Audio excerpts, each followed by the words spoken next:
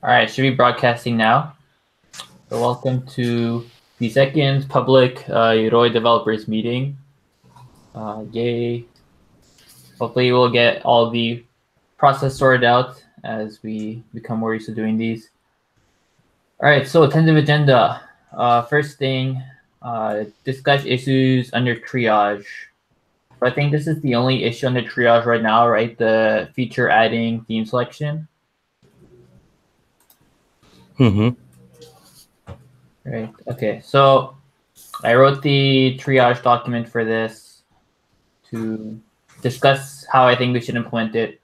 So basically the history for this is that Daedalus allows you to change the custom theme on Daedalus, which means you change the color scheme, right? And then when we created Yoroi, we only had one color scheme. And so the theme feature was basically removed. And then, so I have a PR that basically adds the feature back. So I just recopy the code back from Daedalus to add the feature again. And then the thing is that we want to add new themes. And we also discussed previously the ability for users to add a custom theme. Okay, so to basically override colors for certain elements. And, you know, hopefully if this is not hard feature to add, then it might be a cool feature to kind of get more community engagement so people can write custom themes just for fun. All right, so that's basically what this feature proposal is. Okay, so I did some looking into what Chrome supports currently. And actually right now, if you go to Yoroi in Chrome, you can actually go see all the different colors we use, the themes. And you can actually edit them on the fly. Like you can edit the variable and actually update all the components that use that theme.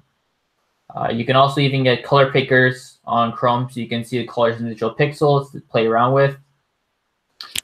Here's a basically the two things you want is to be able to export themes and import themes, right? So you can see in this GIF, I export a theme by copy pasting, and I delete the theme by getting.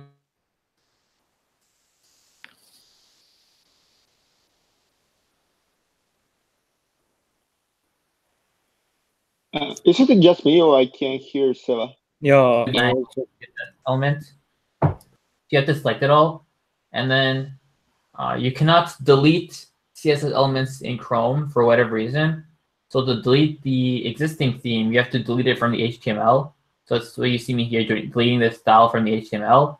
And then you can paste your new theme back in. So this is basically how users would have to import and export their themes.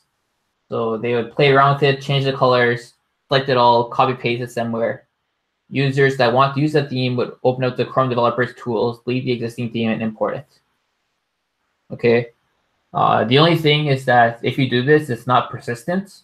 Okay, so if you reload the page, it all disappears, which is not what we want, right? We would like it for a user to be able to override the theme and make it permanent change, right? There's some plugins for Chrome and some features in Chrome that allow you to make stuff permanent. But the problem is that you would override the actual HTML element, right? And the problem that would cause is if we ever update Yoroi to add new themes, for example, when we added the treasure support, we added some new colors, the users would not see these, right? Because they would have overridden the HTML, so they did not get the update, is what I think may happen. So that would not be an ideal scenario. So basically what I propose is that to export themes, we have a button somewhere on the themes page. And basically what the button does is it takes element.style and saves it to your local cache. Okay. And then whenever you load up Yoroi, it would basically access this local cache key and then merge the default theme with the one you have in your local cache. So that way, whenever we add new colors, we add it to the default theme, right? As we would regularly. And then if a user doesn't have this specific feature overridden, it would just do nothing, right? It would only override the features that they have manually overridden inside their local cache. Does that make sense? Like a merging mechanism? Does everybody understand that? Is that Yep. yeah. So that's basically my proposal. So we would do this to solve the persistence problem. It seems like it would not be a very complex feature to add, right? We just have to save something in local cache and then merge it back in when the application starts. Seems pretty trivial of a change. And then, yeah, that's basically it. The only other thing I want to mention is that in Datalist, they have theme previews, right? So if you go to the menu themes, you can see the different ones and how they look. So when I added this feature back to Yoroi by copying the Datalist code, shrink this window. You guys can see this, right? So if I go to the themes tab, I add a second dummy theme, which is just like a changing the top bar, so you can see the two themes, right? The problem is that the themes you see here, the top bar is the same color on both, right? So we want to make the top bar cyan on this theme also, right? The way Datalist does this now is that they have a bunch of PNG images, okay? And whenever they add a new theme or change a theme, they would edit the PNG image, okay? And this is fine for them because they only have 3 themes and it's not that big of a deal. But if we want to have custom themes, maybe we want to have a preview for the custom theme also, right? So we would like these to be dynamically generated. And it turns out that's not too hard to do, right? I have a page explaining right here. So if you look at SVG file, it's like a fairly simple, right? It's like some XML like object. So basically, if you want to edit the color inside an SVG dynamically, we basically change the color from the actual color. So if you, let me see if I have it open.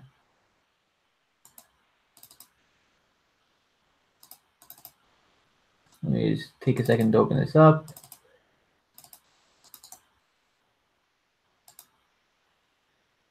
Yeah, so this is the SVG for that I created. So I created an SVG for the Yoroi theme. So maybe we want to change in the future. I think I designed it looking fairly good, but if we want to change the design in the future, that's totally possible. I mean, this is an SVG I created for the Yoroi theme, the existing theme. And as you can see, the way SVG works is that you create a shape and then there's a fill with a color. So I would propose that we change these fills with one like the var statements. So we would change it to something like, let's see, where is it? Yeah, to one of these, like a theme dash dash blah blah. And then so in our SVG, we would have, instead of blah blah, we would have like a dash dash theme dash dash or whatever. And then at runtime, we would replace these with the color for the corresponding theme. Okay.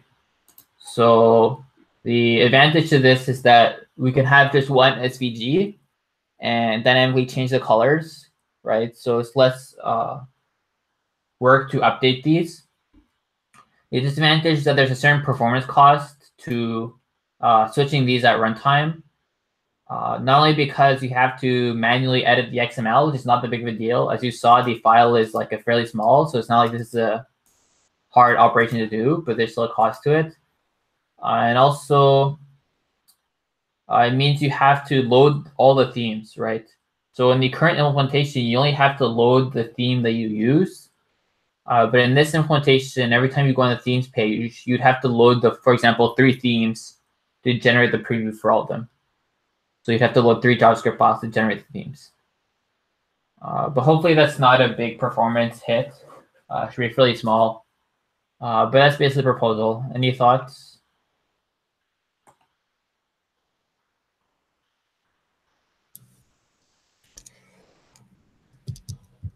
No thoughts?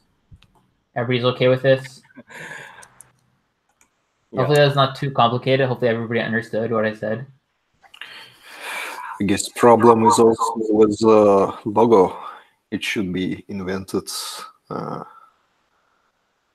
if you will change white color of the theme, so logo will be disappeared.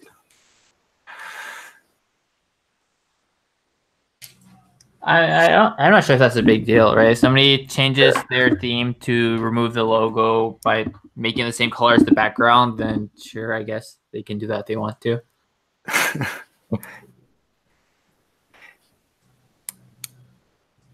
All right. Well, if anybody has any comments on this, you can leave it on the pull request. But if nobody has any comments, I'll go ahead and implement it, I guess. Additional problem might be that your theme contains some changes that you can't reflect in a preview. Like previews then should display a small example of every possible element, like buttons, switches, stuff like that. Yeah, I agree, and that's unfortunate, but I don't think we can do anything about it. Because we can't have a preview that shows the entire application. That just doesn't fit on one screen. Yeah, I just mean maybe like work on previews to like display just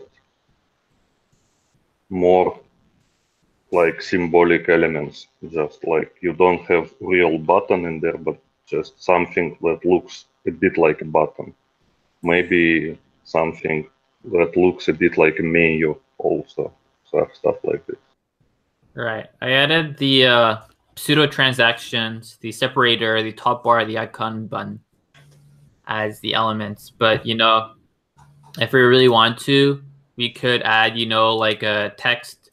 You can see the text color. We could put like the high, medium, low for transaction, and a plus minus amounts. You can see the color of the text if we want to. It depends how big we want this element to be. So I made them fairly large. As you saw in my proposal, the one for Daedalus is fairly small, so you can't see many details.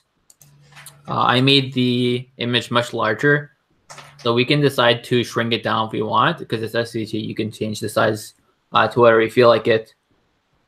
But if we're okay with keeping it a larger image, then yeah, we can put more detail if we want to.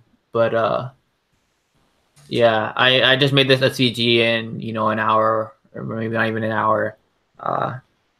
Yeah, I think we can figure it out later. Try different stuff. Because in that they have it easy because they make all themes themselves, and each theme is like different by main color. But if we're gonna have custom themes, then I can create a theme that is completely like the default one, but just with some crazy buttons or something like this. Right. I mean, if we want to revisit the SVG image, that's fine, but that's kind of perpendicular to the feature itself, right? If we change the feature such that the SVG has like custom colors in it, you can change it to whatever you want in the future. As long as you have the -- theme tags in it, it'll automatically work when you swap it in. I agree. All right, so that was the only feature on triage this week. I have like one question that on a general page setting, we have new option of theme. So yeah, so there, like I want to like have a clear idea about what user actions will be. Like he has to click, like. Yeah, I mean there's gonna be these two buttons to select your theme, and then probably there's gonna be another button down here that says like a export current or like a save current theme. So it saves your elements.style to local cache. And that's basically the only three buttons there'll be. Okay, so like how a user will choose a color? Like it's already pre-chosen, or so for these two up here, it's pre-chosen. So there's the one we have right now. There's the one we'll have after we're done with the redesign of Yoroi. And then if you want to create your own custom theme, you would just like open up the Chrome console, go to element.style and just like change some colors, right? So you change some random color to whatever. Whoops.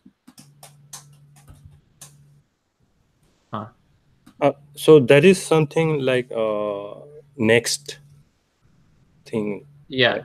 And then now that you've changed your color, you press the button like a save theme to local cache, I see. and that'd be it. Okay, so yeah, that's clear. So for caching part, like which is like database, it's not local storage, right? No, it is local storage. So it's in local storage.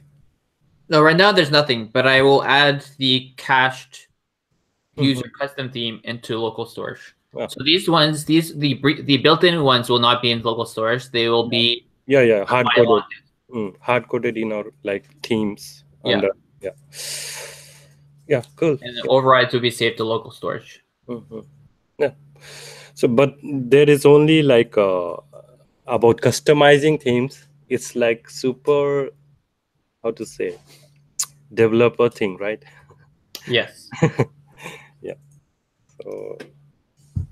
So I think it's not a super high priority feature, but as you saw, it's really easy to add. It should just be like a day's work.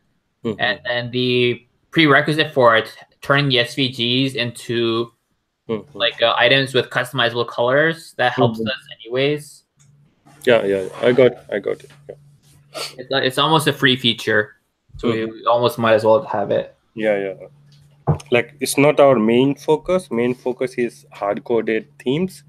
Then if suppose like somebody want to change, customize it, then he can do right now, like easily. So this is motive, right? Yeah. Yeah, no doubt from my side. All right. So next agenda item, PRs merged this week. So let's just check it out.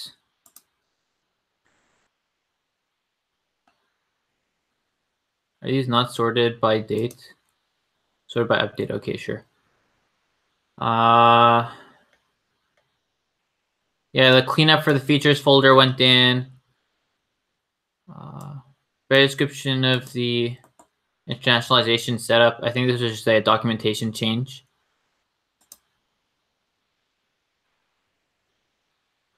Oh yeah, this is I think this is earlier than last week. Yeah, October 30th. I don't know what's happening with GitHub. Why are these showing like updated 4 days ago?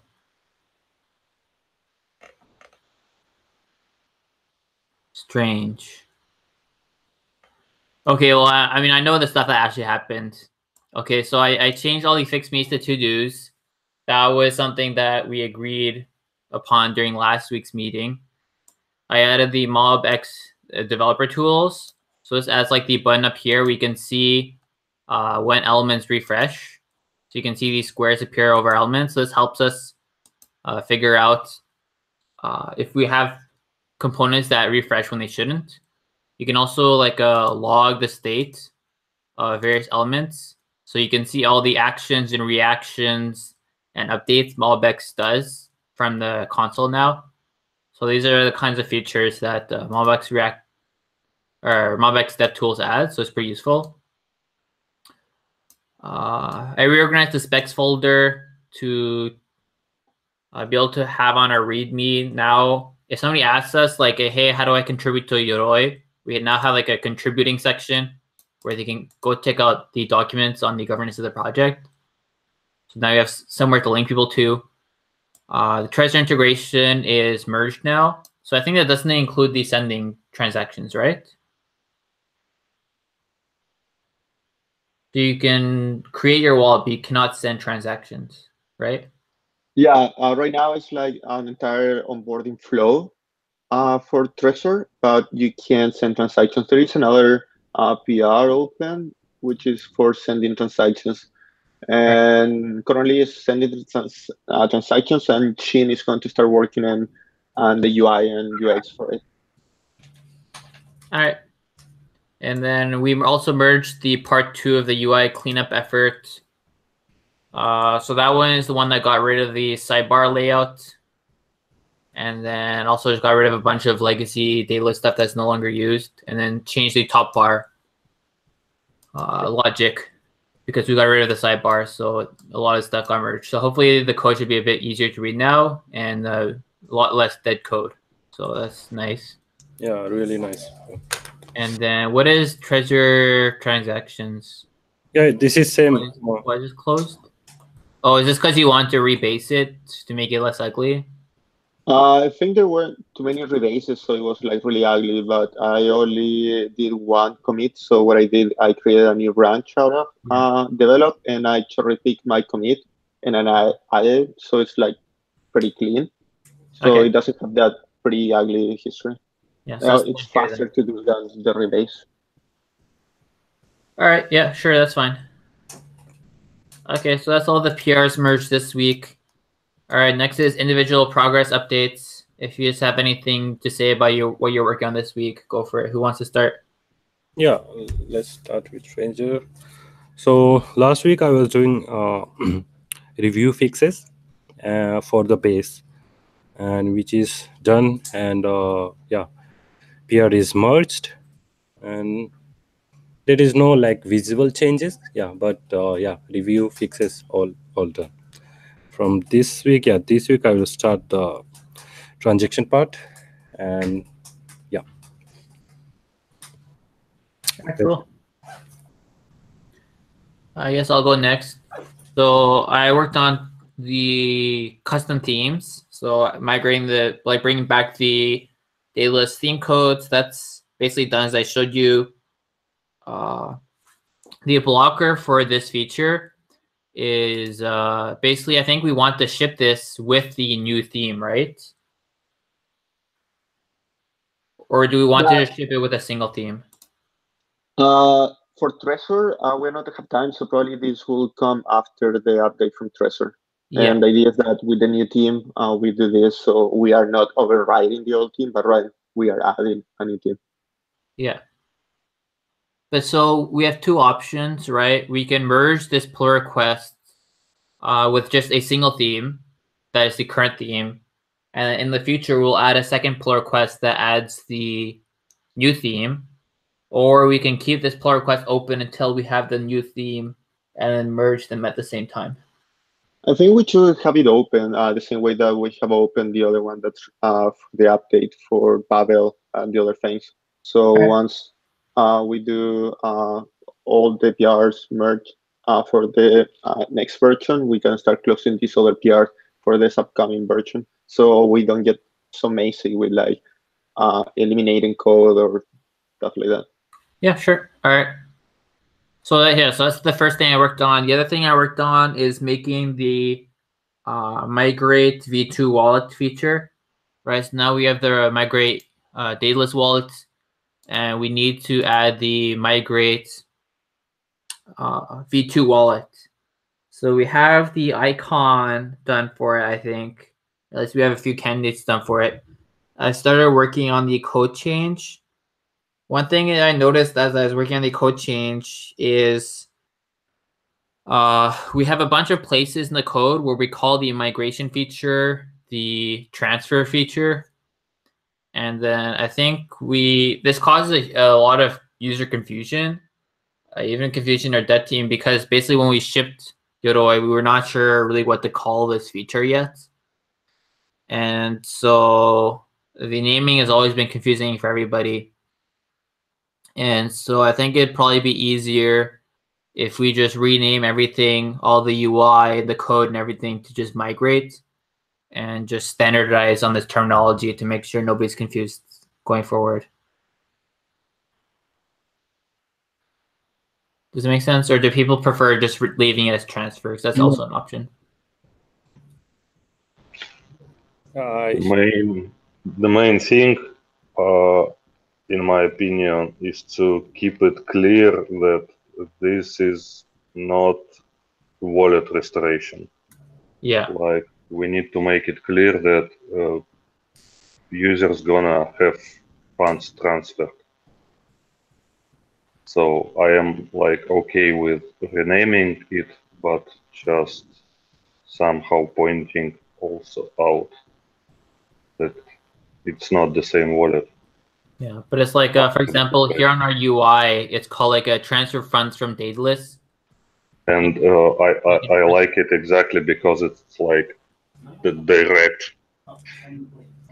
But on our FAQ, it's called migrate. So it's like how to migrate funds from Daedalus. And so there's a mismatch in the terminology. I'm not sure if we want to unify it all to migrate or unify it all to transfer, or just leave it as is. Like there are two options. Like either we can make it transfer, or either we can make it migrate, right? Because right now it's mixed, which is not good, right? Yeah. So any option is okay. Like as you like think, which is less work to do. Something that sometimes happen is that we are like technical, so we kind of think the same way, so we can understand something. But maybe some users that are not really that technical, so probably maybe what we can do is to have two screenshots, one that says like migration and the other one like it is, and then we can like ask some people from Emurgo or like outside Emurgo what do they think this does. So depending of the opinion of like not so technical people tell us. We are going to like find the answer by their opinions, but for what they understand. If they're like understanding the wrong concept from like one specific word, probably you will have to use the other one. Yeah, it's about the new like the features we add from now, right? Like we already have transfer word, which is fixed, right? So yeah, Nico, you are trying to say that for new terms, like every non-technical people should be agree, right? No, even for this one, related to transfer and migration, though, we double check with people that are not super technical to see what they understand. Because if we think that this is like obvious, but for the rest of the people it is not, I don't think we should like follow our opinion, but rather that we try to have like something that's well understood for everyone, even if you're not technical. Yeah. So like so basically it's like a focus group. Sebastian, is it like if we change to migrate, so we will also change the UI which is visible to user? Yeah, so right now the code doesn't use migrate. The code all uses the word transfer. Right? It's our FAQ and videos about Yoroi that use the word migrate. I see. That's the mismatch. Okay. Right, I think if I like search up migrate, okay, yeah, migrate comes up a few times in. Yeah, I think it's only in comments that I made.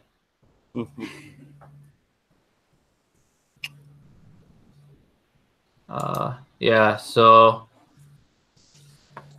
maybe we just want to leave it transfer. I don't know. It's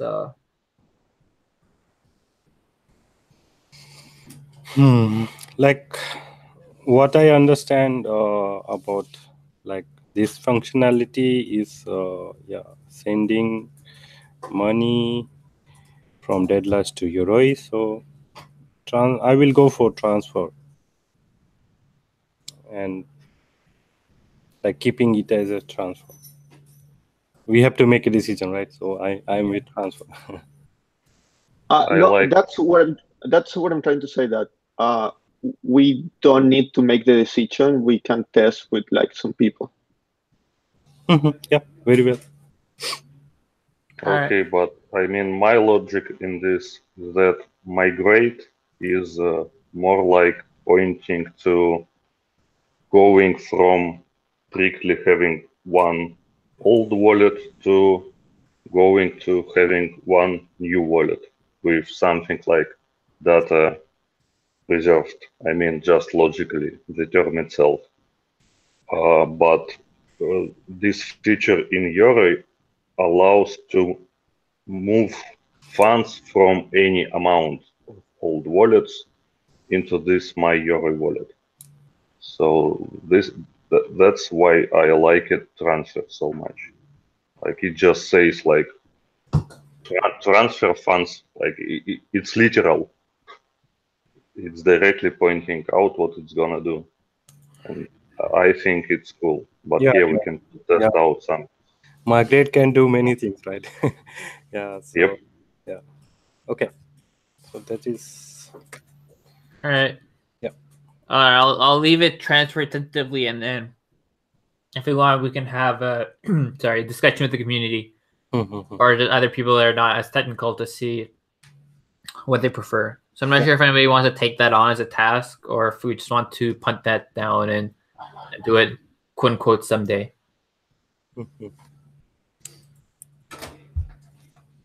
Shin, do you want to like go around the office at some point later today and just ask people what they think? I'm in office, so I can. Yeah. I can take over because the setup sometimes tricky because you need to do it in a way that you're not like guiding people to one specific answer. So you shouldn't have like a preference for something. If you have a preference, sometimes you indirectly are like setting up so people go for what your preference is. I don't have any preference. I don't care about migrate or transfer, so I'm happy to do it. All right, sure.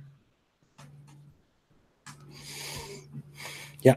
Okay. All right. Progress update. Who wants to go next? I can go next. I haven't been coding so much because I've been doing mostly PR reviews. And oh yeah, I coded the Trezor transaction thing, and I have that PR out. And basically that. Is that PR ready to review? No. Okay. So basically, what I was trying to do is to help Chin. So everything is not just up to him. And so I was trying to, while he was doing the onboarding part and setting some things, I would work in parallel for the transaction because also I already knew the logic. So I did that. So I hope that helps to like continue moving faster. All right. All right. Ruslan, do you want to go next then? I mean, but what are we doing now? Progress updates for progress what? update. What have you done, and what are you working on? I am doing mostly backend. We are looking into this invalid witness thing, Right. and we think we can pin it down. Like there is some really great leads. Currently, we are digging down the Rust part, and I feel like pretty good about it. Before this stuff, we were improving the importer thing to store additional data for each transaction, like slot and ordinal for successful transactions. And also, we try to assign slots to failed transactions. So we can later like sort them along with successful transactions to preserve something like in chain order, even though failed transactions like are not really part of the chain. But that's why they don't have block hash and block ordinal, but just like a slot to point something like a point in timeline. This stuff is still in testing. It worked fine locally, but only for historical stuff and new successful transactions. And we need to test it on failed transactions, but I couldn't make it work locally because in Docker, the importer endpoint for some reason just don't work. And Nico wanted to deploy it on staging or in testing. I don't remember. So we could try it out. Yeah, I'm creating a new environment. So the idea is that we have vacuum and some other developers in the mobile app, and the idea is that to not like leave a staging in bad state that's going to like be a bottleneck for them. So I'm creating a new architecture deployment so we can test there, and it's going to be like also connected to a staging, but it's going to be like different everything. Oh yeah, sweet. So basically, all we need is try to deploy it and send like couple of successful transactions and couple of failed. For failed transactions, I think we can just send raw transaction data that we have from mainnet, and it's just gonna fail, guaranteed, because there are no UTXOs. Okay. The other way maybe is also to like hard code the fee, so the transactions are going to have like enough fee. Oh yeah, maybe something like this. And if they are stored properly, then it's done because code is ready. All we need is just test a couple of transactions. All right, cool. Yeah, those are both important stuff to do. All right, so next, yeah, I think Ivan, did you have anything? I had a feature suggestion about balance, but I didn't have enough time to follow the guide to present it in the tickets. All right, that's fine. Yeah, just so whenever you have time. So we could wait for it, then we will discuss it. Yeah, but just yeah, whenever you have time to make the proposal, it'd be nice, and then we can have a discussion about it then. Yeah, that would be correct. And to then follow the flow. Yeah. And next up, Shin, you had some bullet points here. Yeah. So basically, I wanted to discuss the first point is update policy of Trezor. Like if you can go to the link I have added there are two links.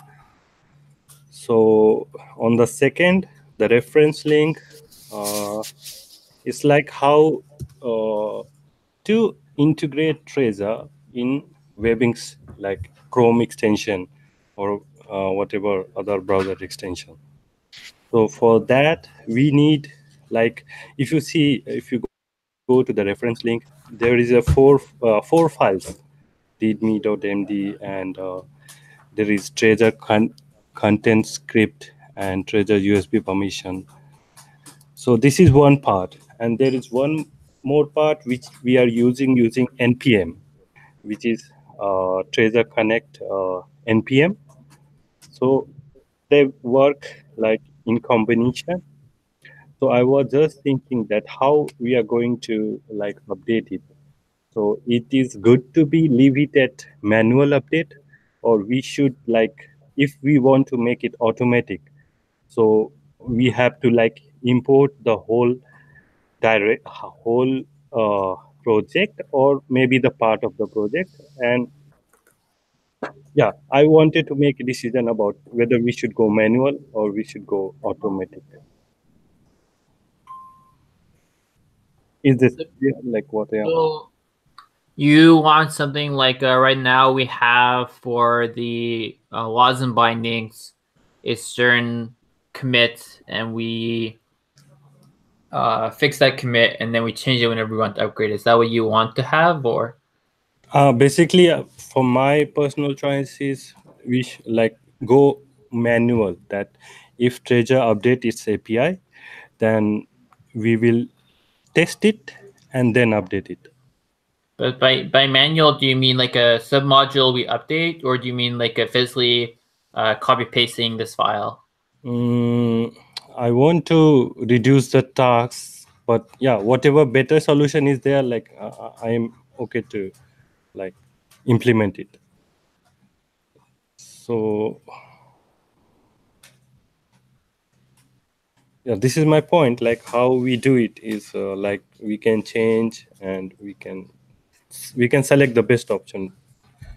Yeah, I don't mind either submodule or copy pasting or npm model, whatever they have set up, just as long as we have it documented somewhere, something saying like, if you want to update the treasure library, please follow these steps or something like that. Yeah, I will add to the documentation. Thank you. And as long as we have that, I don't think it really matters which one we take, as long as everybody knows how to update it. All right, next one, default messages. Yeah, this file is like how to say, generated file. Yes.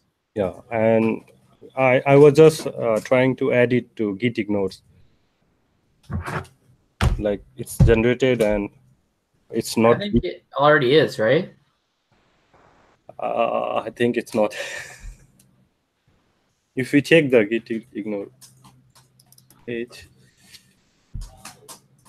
this file is missing, I think. Oh, maybe you're right. Yeah, because I remember I looked into this. I noticed it's not uploaded right now. But yeah, I remember I looked into this translation or internalization library we're using. It's just a mess. It's just like poorly made, in my opinion. And yeah, I fought with it for a while. I think it got better.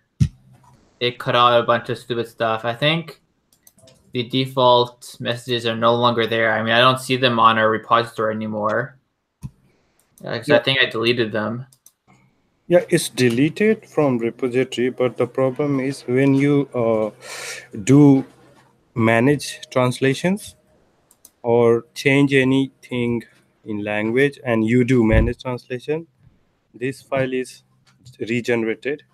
I don't think so. I think maybe you're right. So we have this file called like a translation runner. And yeah, this is the one that allows you to do overrides of the behavior of React Internationalization Translation Manager. But this thing is really, really poorly designed. So trying to modify to get rid of stupid behavior is really tedious. You can see I did like one hack to get around the stupid whitelist files that it would generate constantly. But yeah, like if we do npm how to say dev when we are trying to run it, so it's not generated. But when we do manage translations, then it is like it's been generated. really, Let me try the manage translation. yeah, because I haven't run into this problem. I think even when I added the, oh no, you're right. No, you're right. I did add the default messages. Okay, yeah, we probably should do something about this then. Yeah. Yeah, I can look into it, I guess. Because I already read through other code to try and hack the previous stuff. So I can see if. Yeah, we can probably. We have two options: either suppress the generation or just add it to the git ignore. Probably the git ignore is the easier solution. Yeah. So yeah, that was I wanted to bring in focus. Yeah. Okay. Yeah. Good point. Point well taken. Yeah. I guess I'll just add it to the git ignore because I don't want to spend more time on this. Unless you want to, spend the time to do the investigation. Yep. And yeah, can I go to the next? Yep. Yeah. So next is like renaming the project, which is like discussed one, but I like when I search on Google about Yoroi, just Yoroi, So it's not in the search list in top 10 or maybe top 40. But if I search of Yoroi Chrome extension, then it's maybe third and fourth, the GitHub project. And if you search the GitHub front end, then it's the first hit. So I was just wondering that why not we make it first hit when somebody type Yoroi, or first or second or third, like that is what my opinion. So if it is possible, then yeah. So and how it is important. So maybe we can consider that. I don't follow what you're trying to say. Hmm. I wanted to have a like better name for search results of. No. Okay. So the thing is like, it will be really difficult to change the name, and we already have branding related to this. So it's not about changing the name, but actually to work in the SEO, search engine optimization, and also depends on which country you are connecting to. The results from Google are going to be different. So, for example, for me, if I'm like looking for Yoroi, like I open Chrome, I go to like new incognito window, and I look for Yoroi, it's going to show up. No, There, but so which is like pretty good. he doesn't mean changing Yoroi. He means changing front end. Oh, okay. Yeah, the name of GitHub project. No, I cannot change Yoroi, right? Yeah. It's going to show up better if we do more SEO about it. So what it needs is like more links pointing to it. So probably we need to add it to the Murgo webpage and some of the general Cardano web pages, and that's going to increase the ranking of that specific webpage for Europe. Yeah, the basic thinking is like our main branding is Yoroi. So maybe many people is knowing about Yoroi. So if he search Yoroi in Google, so our open source project should also be there. So this is my concern. But if they're going to look, if they're going to find our webpage, they can find the link there. It doesn't need to be like the code in the first page. Yeah. And if you're a developer, that's more likely that you're actually going to be using Yoroi frontend. Probably you're going to be looking for Yoroi in GitHub search. And if you look in GitHub, Yoroi frontend is the first result. Yeah, that makes sense. Yeah. Yeah, if you look at Yoroi GitHub, it's on there. It's not the top result, but it's on there. Mm-hmm. Oh, but also you can look in the search for from GitHub, and Yoroi frontend is going to be the first one. Yeah. Yeah, I would say changing the name may be beneficial. I always get the same problem with Cardano versus Cardano SL, but they've never bothered changing it. I don't know. I feel like changing it would be a non-trivial amount of work, changing links and whatever. So I'd say probably don't bother. Yeah. This is the like. Now I understand why we like stick to that. Yeah. But yeah, you're right. We could try and increase the SEO to increase the page rank. Yeah. All right. Next one. Next one is I'm trying to understand the difference between development mainnet staging versus testnet. Like. Yeah. So this one's a mess. I've commented on this before. So the thing is that it's not as you wrote it, one line. It's actually a table, right? So there's 3 or maybe 4 networks that actually matter. There's staging, which is IOHK's internal network, the main net, the test net, which isn't released yet, and then you can maybe include localhost as like a 4th one. Okay, and then perpendicular to that, There's whether or not you're compressing your JavaScript or not compressing it, right? And that's the difference between development and staging. So development connects to staging. The only difference is on staging, we compress the build, so it's not easy to debug with, but on development, we don't, so it's easy to debug with. So that's the difference between those two. So in an ideal world, you should be able to choose between like a development mainnet, development staging, development test, or production mainnet, production staging, production test.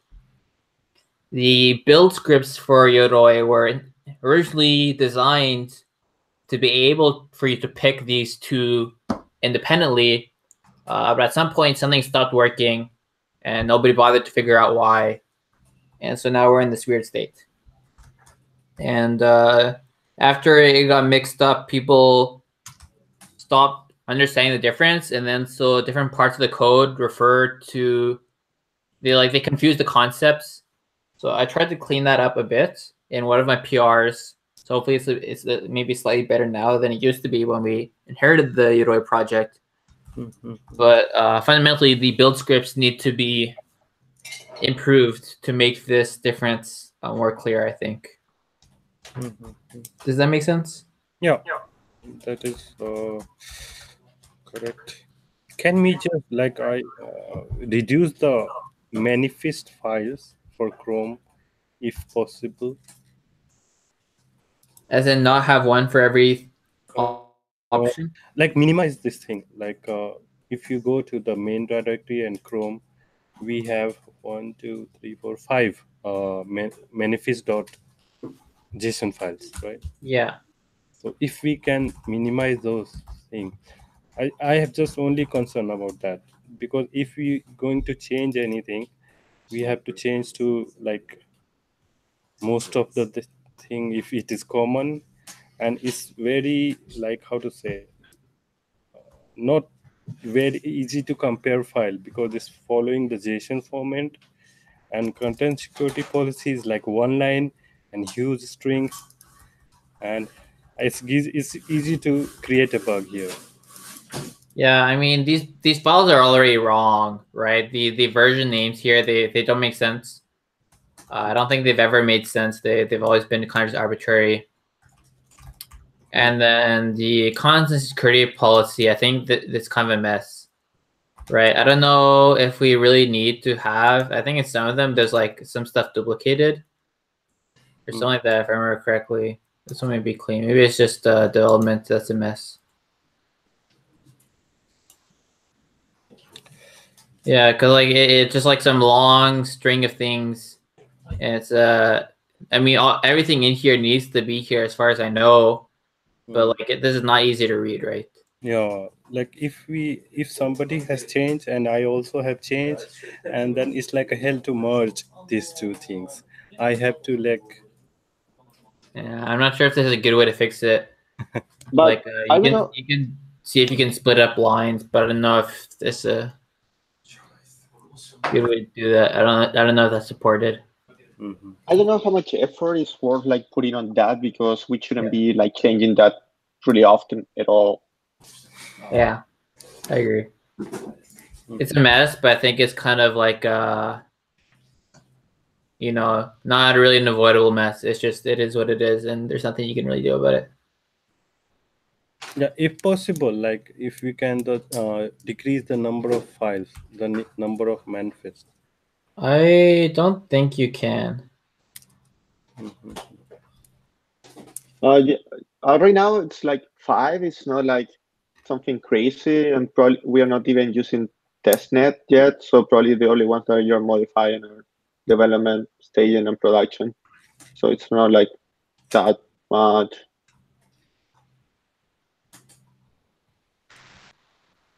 Yeah. Yeah, I agree that it's a mess, but I think it's more of a readability problem than an actual engineering problem. I tried to make it slightly easier to understand. The build problem is real. We're trying to build development mainnet versus production and mainnet. it's kind of not obvious, and I don't think it even works. Like I think if you do like a npm run dev mainnet, I think it just doesn't even work anymore. Yeah, it's not working, and I think that's something critical and to be helpful with that we should fix, because I need to copy like the content from mainnet to development to connect to mainnet when I want to be in development. So like probably what we should do is if you go to like the package.json, there should be two of these, right? It should not just be env development and env mainnet. Right. I think like yeah, the difference is the start between and build. So start is debug build, and build is production build. Yep. And the production builds, I added them and they're working. I don't think we need like production development though. But for we should fix the one that's like development mainnet for sure. This one's broken. Yeah, that one's broken. And for example, one of the problems that we have with Trezor is that the protocol magic that it takes is only the one for mainnet and the one for testnet. So we don't have a testnet right now. So the only way to test and to try Trezor is in mainnet. So we actually need to connect to mainnet if we want to work with Trezor.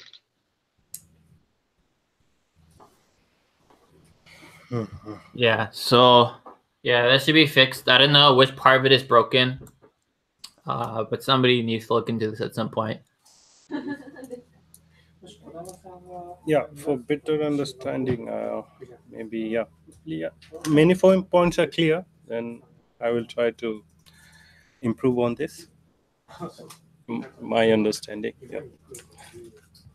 Yeah. Thank you. Yeah. All right, is that all we had for this week then? Looks like it. Yeah, I'm okay. Yeah, and also we're like a little over time. Yeah. Check the comments, please. Check the comments.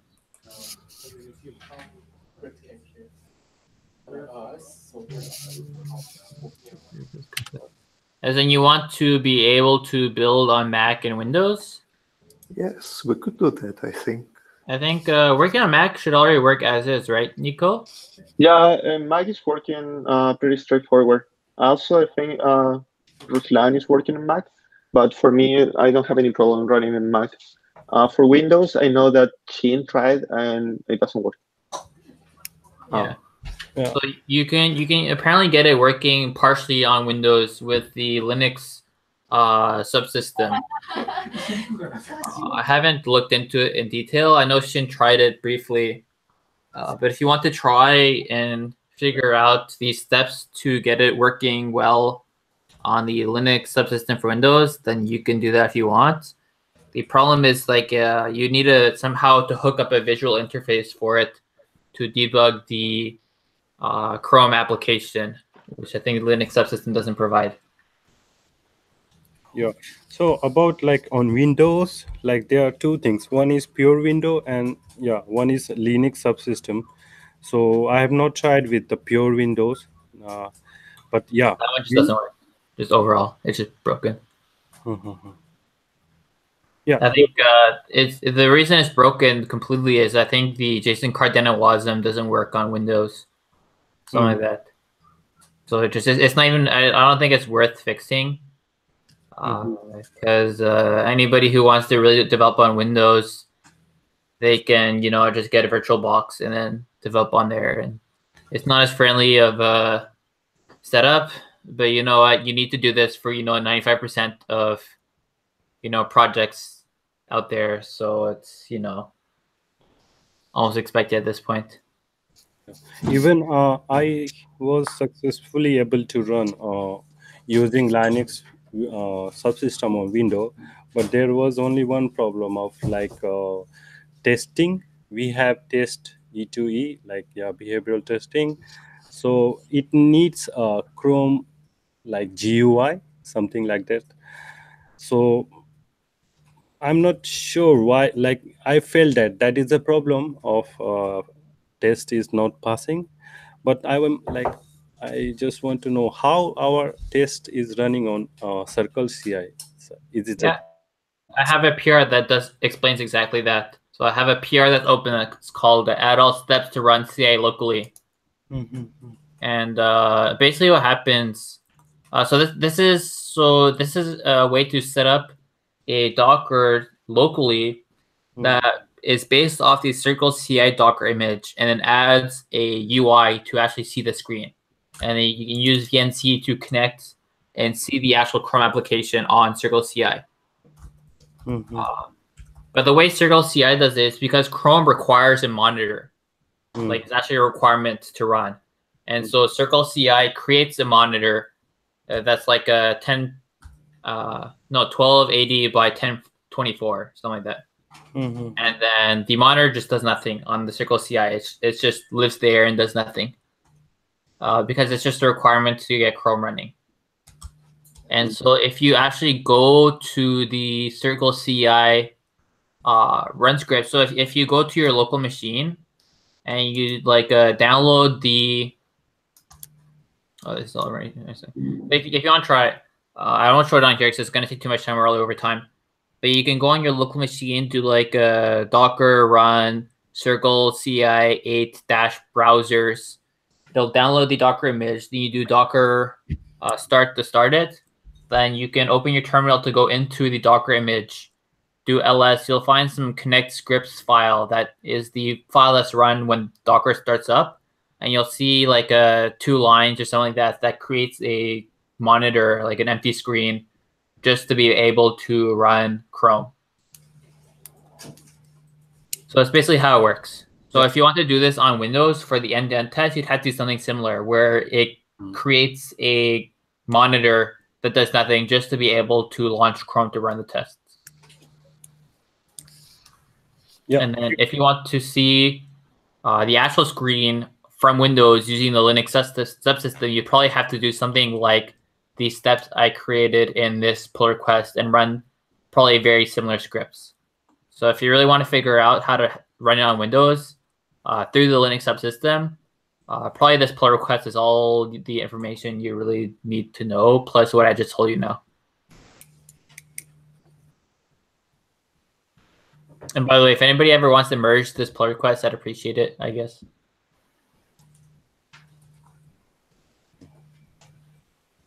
All right, any other questions? I'm okay. All right. With that done, then I'm going to stop the broadcast. So thanks for everybody for participating in our second weekly meeting. I'll post the GitHub issue for the third one briefly after this meeting then. Yeah. Thank you, everybody. Thank you, guys. Bye. Okay, bye.